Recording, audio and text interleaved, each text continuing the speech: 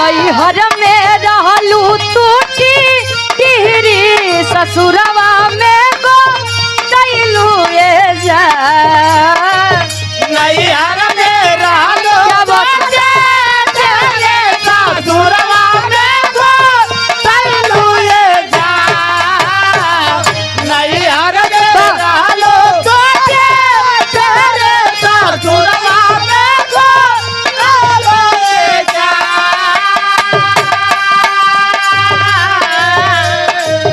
नैहर में रहलू टूटी टिहरी ससुरवा में गो दैलू ए जा तलागे सैये के बेलल रोटी खैलू ए जा तलागे सैया के बेलल रोटी खैलू ए जा तलागे सैया के बेलल रोटी खैलू ए जा तलागे सैया के बेलल रोटी खैलू ए जा।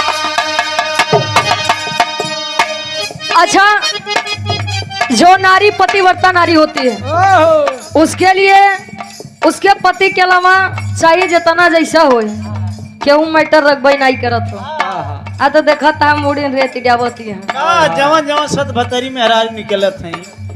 हाँ, पति के मरण सती जनी है, सत भतरी में हरी है। का जाने ये सुल्तानपुर के बे घटना है हो ही है। लेकिन हम तो प्रतापगढ़ और जौनपुर के बॉर्डर पे ही ना जाए दे। दुल्ही बतावे कैसे का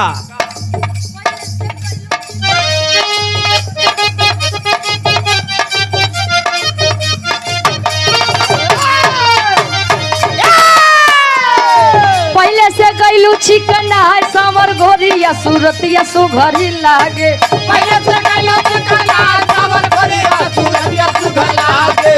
पहले से गईलू चिकन है समर घोरिया सूरतिया सुघरी लागे। कैलू का ससुर में उपा है समर घोरिया लागेलू सबसे आगे। कैलू का ससुर में उपा है समर घोरिया लागेलू सबसे आगे। ससुर में कैलू का उपा है समर घोरिया लागेलू सबसे आगे। पहले से गईलू चिकन है समर घोरिया सूरतिया सुघरी लागे। कैलू का ससुर में उपा है समर घोरिया सूरतिया सुघरी लागे। राकेश चाचा ईमान हमरे चाची कहे मारे मुस्की बाला दुख भागेला